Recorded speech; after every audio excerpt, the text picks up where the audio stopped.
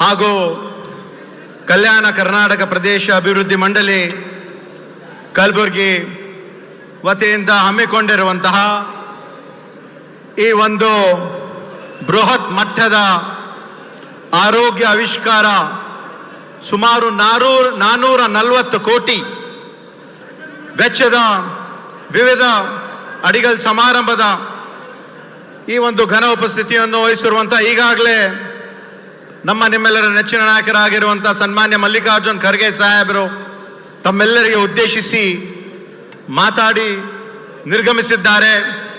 ಹಾಗೂ ಈ ಒಂದು ಸಮಾರಂಭದ ಉದ್ಘಾಟಕರು, ಜನನೆಚ್ಚಿನ ನಾಯಕರು,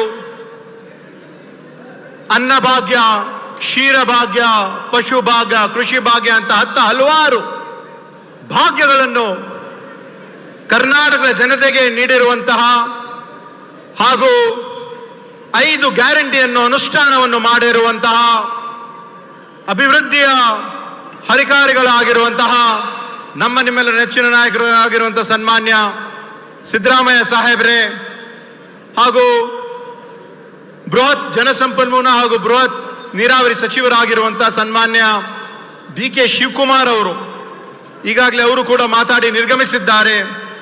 ಹಾಗೂ ಈ ಒಂದು ಸಮಾರಂಭದ ಗೌರವ ಉಪಸ್ಥಿತಿಯನ್ನು ವಹಿಸಿರುವಂತಹ ಏನು ಮಾನ್ಯ ಸಣ್ಣ ಕೈಗಾರಿಕಾ ಮತ್ತು ಸಾರ್ವಜನಿಕ ಉದ್ಯಮಿಗಳ ಸಚಿವರು, ಯಾದಗಿರಿ ಜಿಲ್ಲಾ ಉಸ್ತುವಾರಿ ಸಚಿವರು, ಯಾವಾಗಲೂ ಜನರ ಮಧ್ಯೆ ಇರ್ತಕ್ಕಂಥ, ಜನರು ಸ್ಪಂದಿಸಿ ಕೆಲಸ ಮಾಡ್ತಕ್ಕಂಥ ಶ್ರೀ ಶರಣಬಸಪ್ಪ ಗೌಡ ದರ್ಶನಾಪುರ ಅವರೇ ಹಾಗೂ ಕ್ರಿಯಾಶೀಲ ಮಂತ್ರಿಗಳು, ನಮ್ಮ ಕರ್ನಾಟಕ ರಾಜ್ಯಕ್ಕೆ ಒಂದು ಹೆಚ್ಚಿನ ರೀತಿಯಿಂದ ಗೃಹ ಭಾಗ್ಯ ಯೋಜನೆ, ಗೃಹ ಸಂಜೀವಿನಿ ಯೋಜನೆ ಹಾಗೂ ಹಲವಾರು ಯೋಜನೆ ಮತ್ತು ಈ ಒಂದು ಆರೋಗ್ಯ ಆವಿಷ್ಕಾರಕ್ಕೆ ಕಾರಣೀಭೂತರಾಗಿರುವಂತಹ ಮಾನ್ಯ ಆರೋಗ್ಯ ಮತ್ತು ಕುಟುಂಬ ಕಲ್ಯಾಣ ಸಚಿವರಾಗಿರುವಂತಹ ಸನ್ಮಾನ್ಯ ದಿನೇಶ್ ಗುಂಡೂರಾವ್ ಅವರೇ, ಮಾನ್ಯ ಸಮಾಜ ಕಲ್ಯಾಣ ಸಚಿವರಾಗಿರುವಂತಹ ಸನ್ಮಾನ್ಯ ಎಚ್.ಸಿ. ಮಹದೇವಪ್ಪ ಅವರೇ, ಮಾನ್ಯ ಯೋಜನಾ ಮತ್ತು ಸಾಂಖ್ಯಿಕ ಇಲಾಖೆ ಸಚಿವರಾಗಿರುವಂತಹ ಡಿ. ಸುಧಾಕರ್ ಅವರೇ ಹಾಗೂ ಅರಣ್ಯ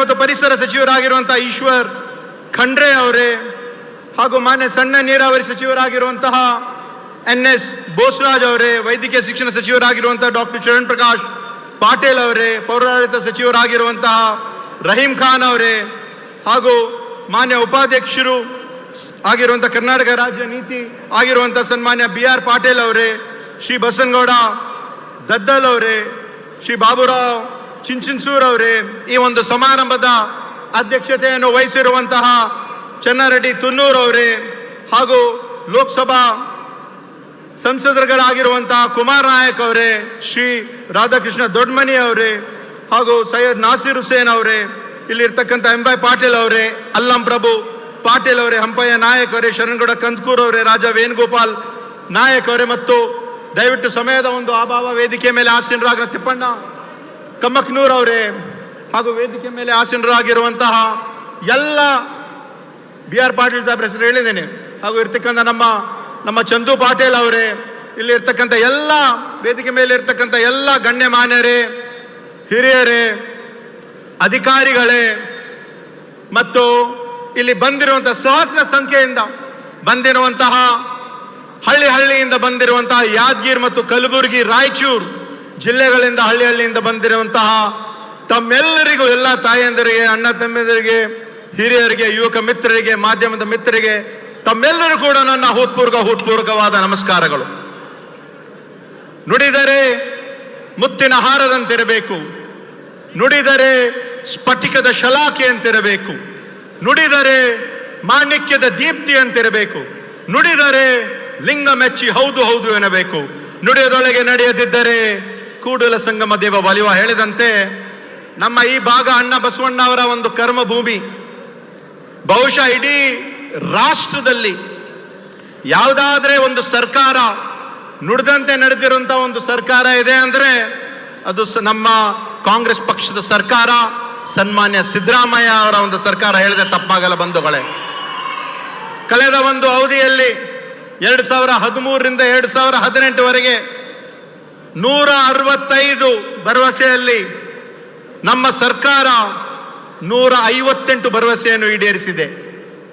ಈ ಬಾರಿ ಏನು 5 ಗ್ಯಾರಂಟಿಗಳನ್ನು ಅನುಷ್ಠಾನ ಮಾಡಿ ಮಾನ್ಯ ಮುಖ್ಯಮಂತ್ರಿ ಅವರು ಕರ್ನಾಟಕ ರಾಜ್ಯದಲ್ಲಿ ಇರ್ತಕ್ಕಂಥ ಹಳ್ಳಿ ಕಟ್ಟ ಕಡೆ ಮನುಷ್ಯನಿಗೆ ಪ್ರತಿಯೊಂದು ಗ್ಯಾರಂಟಿ ಸುಮಾರು 1,35,00,000 ನೇರವಾಗಿ ಬಡವರಿಗೆ ಮುಟ್ತಕ್ಕಂಥ ಕಾರ್ಯ ಯಾರಾದ್ರೆ ಮಾಡಿದ್ದಾರೆ ಅಂದ್ರೆ ಇದು ನಮ್ಮ ಕಾಂಗ್ರೆಸ್ ಪಕ್ಷದ ಸರ್ಕಾರ, ಸನ್ಮಾನ್ಯ ಸಿದ್ದರಾಮಯ್ಯ ಅವರ ಸರ್ಕಾರ. ಚುನಾವಣೆಗಿಂತ ಮೊದಲು ನಾವು ಹೇಳಿದ್ದೀವಿ, ನಾವು ಅಧಿಕಾರಕ್ಕೆ ಬಂದ ನಂತರ ನಾವು ಕಲ್ಯಾಣ ಕರ್ನಾಟಕ ಒಂದು ಭಾಗಕ್ಕೆ ಅಭಿವೃದ್ಧಿಗಾಗಿ 5,000 ಕೋಟಿ ಅನುದಾನ ನಾವು ಇಡ್ತೀವಂತ ಮಾನ್ಯ ಮುಖ್ಯಮಂತ್ರಿ ಅವರು ನಮ್ಮ ಪ್ರಣಾಳಿಕೆಯಲ್ಲಿ ಎಲ್ಲ ಮುಖಂಡರು ನಾವು ಹೇಳಿದ್ದೀವಿ. ನುಡಿದಂತೆ ನಾವು ನಡೆದಿದ್ದೀವಿ. ಈ ಒಂದು ಕಳೆದ 24 ತಿಂಗಳಲ್ಲಿ ಕಲ್ಯಾಣ ಕರ್ನಾಟಕ ಅಭಿವೃದ್ಧಿ ಮಂಡಳಿ ಮುಖಾಂತರ ಅವರಿಗೆ ಅನುದಾನವನ್ನು ನೀಡಿ ಸುಮಾರು 13,000 ಕೋಟಿ ಅನುದಾನವನ್ನು ಅವರು ನೀಡಿದ್ದಾರೆ. ಇಂತಹ ಒಂದು ಸಂದರ್ಭದಲ್ಲಿ ಈಗಾಗಲೇ ನಮ್ಮ ಆರ್ಟಿಕಲ್ 371J ತಿದ್ದುಪಡಿಯಾಗಿ ಸುಮಾರು 10 ವರ್ಷ ಆಗಿದೆ. ದಶಮಾನೋತ್ಸವ ನಾವು ಆಚರಣೆಯನ್ನು ನಾವು ಮಾಡಿದ್ದೀವಿ. ಇವಾಗ ತಾವು ನೋಡ್ತಾ ಇದ್ದೀರಿ, ಈಗ ಆರ್ಟಿಕಲ್ 371J ತಿದ್ದುಪಡಿ ಆಗಿದೆ ಅಂದ್ರೆ ನಾವು ಇಂಥ ಒಂದು ಸಂದರ್ಭದಲ್ಲಿ ನಮ್ಮ AICC ಮಾಜಿ ಅಧ್ಯಕ್ಷರಾಗಿರುವಂತಹ ಶ್ರೀಮತಿ ಸೋನಿಯಾ ಗಾಂಧಿ ಅವರಿಗೆ, UPA ಸರ್ಕಾರದ ಮಾಜಿ ಪ್ರಧಾನಮಂತ್ರಿಗಳಾಗಿರುವಂತಹ ಡಾಕ್ಟರ್ ಮನಮೋಹನ್ ಸಿಂಗ್ ಅವರಿಗೆ, ಹಾಗೂ ನಮ್ಮ ಲೋಕಸಭಾದಲ್ಲಿ ನಮ್ಮ ವಿರೋಧ ಪಕ್ಷದ ನಾಯಕರಾಗಿರುವಂತಹ ಶ್ರೀ ರಾಹುಲ್ ಗಾಂಧಿ ಅವರಿಗೆ, ಅಖಿಲ ಭಾರತ ಕಾಂಗ್ರೆಸ್ ಸಮಿತಿ ಅಧ್ಯಕ್ಷರಾಗಿರುವಂತಹ ಸನ್ಮಾನ್ಯ ಮಲ್ಲಿಕಾರ್ಜುನ್ ಖರ್ಗೆ ಸಾಹೇಬರಿಗೆ, ದಿವಂಗತ ಧರಮ್ ಸಿಂಗ್ ಸಾಹೇಬರಿಗೆ ಹಾಗೂ ಹಲವಾರು ಮುಖಂಡರಿಗೆ ನೆನೆಸುವುದು ಅತಿ ಸೂಕ್ತ ಅಂತ ನಾನು ಹೇಳಲು ಇಷ್ಟಪಡುತ್ತೇನೆ. ಇವತ್ತು ಈ ಒಂದು ಅನುಷ್ಠಾನ ಆರ್ಟಿಕಲ್ 371J ದಶಮಾನೋತ್ಸವ ನಾವು ಮಾಡಿ 12ನೇ ವರ್ಷದಲ್ಲಿ ನಾವು ಕಾಲಿಟ್ಟಿದ್ದೀವಿ. ಮೊಟ್ಟ ಮೊದಲಾಗಿ ಇದು ಅನುಷ್ಠಾನ ತಗೊಂಡು ಬಂದಿದ್ದು ಮಾಡಿದ್ದು ಕೇಂದ್ರದಲ್ಲಿ ನಮ್ಮ UPA ಸರ್ಕಾರ ಅಂದ್ರೆ ರಾಜ್ಯದಲ್ಲಿ ಸನ್ಮಾನ್ಯ ಸಿದ್ದರಾಮಯ್ಯ ಅವರು 2013ರಲ್ಲಿ 1,000 ಕೋಟಿ ಅನುದಾನ ಇಟ್ಟಿದ್ರು. ನಂತರ 2016-17ರಲ್ಲಿ 1,500 ಕೋಟಿ, 2023-24ರಲ್ಲಿ 3,000 ಕೋಟಿ, ಈಗ ಒಂದು ಇತಿಹಾಸದಲ್ಲಿ ಮೊಟ್ಟ ಮೊದಲ ಬಾರಿಗೆ 5,000 ಕೋಟಿ ಅನುದಾನವನ್ನು ಇಟ್ಟಿರುವಂತಹ ಯಾರಾದ್ರೆ ಒಬ್ಬ ನಾಯಕರಂದ್ರೆ ಅದು ಸನ್ಮಾನ್ಯ ಸಿದ್ದರಾಮಯ್ಯ ಅವರು ಹೇಳಲು ನಾನು ಇಷ್ಟಪಡುತ್ತೇನೆ. ಇವತ್ತು ಇಡೀ ನಮ್ಮ ಕರ್ನಾಟಕ ರಾಜ್ಯದ ಒಂದು ಭೂಪಟದಲ್ಲಿ ಆರೋಗ್ಯದಲ್ಲಿ ಹೆಚ್ಚಿನ ಒಂದು ಆದ್ಯತೆ ನಮ್ಮ ಸರ್ಕಾರ ನೀಡ್ತಾ ಇದೆ. ಮೊನ್ನೆ ಡಿಸೆಂಬರ್ 22ನೇ ತಾರೀಕಿಗೆ ಮಾನ್ಯ ಮುಖ್ಯಮಂತ್ರಿ ಅವರು AICC ಅಧ್ಯಕ್ಷರು ಬಂದು ನಮ್ಮ ಜಯದೇವ ಹೃದಯ ರೋಗ ಆಸ್ಪತ್ರೆ ನಮ್ಮ ಕಲ್ಯಾಣ ಕರ್ನಾಟಕ ಅಭಿವೃದ್ಧಿ ಮಂಡಳಿ ವತಿಯಿಂದ ಕರ್ನಾಟಕ ಸರ್ಕಾರ ವತಿಯಿಂದ ಸಂಪೂರ್ಣವಾಗಿ 300 ಕೋಟಿ ಆ ಒಂದು ಜಯದೇವ ಆಸ್ಪತ್ರೆ ಅದರ ಒಂದು ಉದ್ಘಾಟನೆಯೂ ಕೂಡ ಆಗಿದೆ. ಅದು ಕೇವಲ ಕಲಬುರಗಿ ಸೀಮಿತ ಇಲ್ಲ, ಇಡೀ ಒಂದು ಕಲ್ಯಾಣ ಕರ್ನಾಟಕ ಭಾಗದ ಜನರಿಗೆ ಇದು ಸೀಮಿತ ಆಗಿದೆ, ಅನುಕೂಲ ಆಗ್ತಾ ಇದೆ. ಅದರ ಜೊತೆಯಾಗಿ ಹೊಸ ಪೆರಿಫೆರಲ್ ಕ್ಯಾನ್ಸರ್ ಆಸ್ಪತ್ರೆ, ಇಂದಿರಾ ಗಾಂಧಿ ಮಕ್ಕಳ ಆಸ್ಪತ್ರೆ, ತಾಯಿ ಮತ್ತು ಮಕ್ಕಳ ಆಸ್ಪತ್ರೆ, ನಿಮ್ಯಾನ್ಸ್ ಆಸ್ಪತ್ರೆ, ಕೊಪ್ಪಳನಲ್ಲಿ ಇರ್ತಕ್ಕಂಥ ಈ ವರ್ಷ ನಾವು ತಗೊಂಡಿದ್ದು ಸೂಪರ್ ಸ್ಪೆಷಾಲಿಟಿ ಆಸ್ಪತ್ರೆ ಮತ್ತು ರಾಯಚೂರಿನಲ್ಲಿ ರಾಜೀವ್ ಗಾಂಧಿ ಸೂಪರ್ ಸ್ಪೆಷಾಲಿಟಿ ಆಸ್ಪತ್ರೆ, ತಾಯಿ ಮತ್ತು ಮಕ್ಕಳ ಆಸ್ಪತ್ರೆ ನಮ್ಮ ಶಾಪುರಲ್ಲಿ ಯಾದಗಿರಲ್ಲೂ ಕೂಡ ನಾವು ಮಾಡ್ತಾ ಇದ್ದೀವಿ. ಇದೆಲ್ಲ ನಾವು ಮಾಡಬೇಕಂದ್ರೆ ನಾನು ಬಹಳಷ್ಟು, ಆದರೆ ಹಳ್ಳಿಗೆ ಇರ್ತಕ್ಕಂಥ ಜನರಿಗೆ ಅನುಕೂಲ ಆಗಬೇಕಂದ್ರೆ ನಾವು ಏನು ಮಾಡಬೇಕು ಅಂತ ಮಾನ್ಯ ನಮ್ಮ ಕ್ರಿಯಾಶೀಲ ನಮ್ಮ ಆರೋಗ್ಯ ಸಚಿವರು ಅವ್ರ ಜೊತೆ ನಾವು ಸಮಾಲೋಚನೆ ಅವರು ಮಾಡಿದಾಗ ಅವ್ರು ಹೇಳಿದ ಒಂದು ಸಮುದಾಯ ಆರೋಗ್ಯ ಕೇಂದ್ರಗಳು ಹಾಗೂ ಈ ಒಂದು ಪ್ರಾಥಮಿಕ ಆರೋಗ್ಯ ಕೇಂದ್ರಗಳು, ತಾಯಿ ಮತ್ತು ಮಕ್ಕಳ ಆಸ್ಪತ್ರೆ, ಅರ್ಬನ್ CHC ನಾವು ಮಾಡಬೇಕಂದ್ರೆ ಅವ್ರು ಹೇಳ್ತಾ ಇದ್ರು ನಮ್ಮ ಭಾಗದವರಿಗೆ ಮಾಡಬೇಕಂದ್ರೆ ಏನಾಗಬೇಕು. ಅವಾಗ ಅವ್ರು ಹೇಳ್ತಾ ಇದ್ರು, ಹಿಂದೆ ಇರ್ತಕ್ಕಂಥ ಗುಂಡೂರಾವ್ ಅವರು ಮುಖ್ಯಮಂತ್ರಿ ಇದ್ದಾಗ 1980ರಲ್ಲಿ ಈ ಒಂದು ಭಾಗದ ಒಂದು ಅಭಿವೃದ್ಧಿ ಆಗಬೇಕಂತ ಹೆಚ್ಚಿನ ಒಂದು ಕಾಳಜಿ ವಹಿಸಿ ಧರಮ್ ಸಿಂಗ್ ಸಮಿತಿ ಅಂತ ಮಾಡಿದ್ರು. ಅವಾಗ ಹೇಳಿದ್ರು ಈ ಒಂದು ಭಾಗದ ಅಭಿವೃದ್ಧಿ ಆಗ್ಬೇಕಂದ್ರೆ ಒಂದು ಕಲ್ಯಾಣ ಕರ್ನಾಟಕ HKDB ಬೋರ್ಡ್ ಆಗಬೇಕು ಅಂತ ಅವರು ಏನು ಒಂದು ಹೇಳಿದ್ರು. ಅದರ ಮುಖಾಂತರ ಇವತ್ತು ಹಲವಾರು ಕೆಲಸ ಕಾರ್ಯಗಳು ಆಗ್ತಾ ಇದೆ. ಸನ್ಮಾನ್ಯ ದಿನೇಶ್ ಗುಂಡೂರಾವ್ ಅವರು ಹೆಚ್ಚಿನ ಮುತುವರ್ಜಿಸಿ ಬಹುಶಃ ನಂಗೆ ತಿಳಿದಿರುವಂತೆ ಸುಮಾರು ಒಂದು 14-15 ಸಭೆಗಳನ್ನು ನಾವು ಮಾಡಿ ಇಲ್ಲಿ ಇರ್ತಕ್ಕಂಥ ಹರ್ಷ್ ಗುಪ್ತಾ ಅಂತ ಅವರು ಕೂಡ ಸೆಕ್ರೆಟರಿಗಳಾಗಲಿ ಏನು ಮಾಡಿದ್ರೆ ಅನುಕೂಲ ಆಗ್ತದಂತ ಇವತ್ತು ಇಲ್ಲಿ ಇರ್ತಕ್ಕಂಥ ಸುಮಾರು 416 ಕೋಟಿ ವೆಚ್ಚದಲ್ಲಿ 12 ಹೊಸ ಪ್ರಾಥಮಿಕ ಆರೋಗ್ಯ ಕೇಂದ್ರಗಳು, 6 ಹೊಸ ಸಮುದಾಯ ಆರೋಗ್ಯ ಕೇಂದ್ರಗಳು, 1 ಹೊಸ ಆರೋಗ್ಯ ಕೇಂದ್ರ ಮತ್ತೆ 16 ಆರೋಗ್ಯ ಕೇಂದ್ರಗಳ ಒಂದು ಮೇಲ್ದರ್ಜನೆಗಳು, 10 ಬೇರೆ ಬೇರೆ ರೀತಿಯಿಂದ ಮಾಡ್ತಕ್ಕಂಥ ಒಂದು ಪ್ರಯತ್ನ, ಒಂದು ಕೆಲಸ ಕಾರ್ಯಗಳು ಇವತ್ತು ನಮ್ಮ ಸರ್ಕಾರ ವತಿಯಿಂದ ಆಗಿದೆ.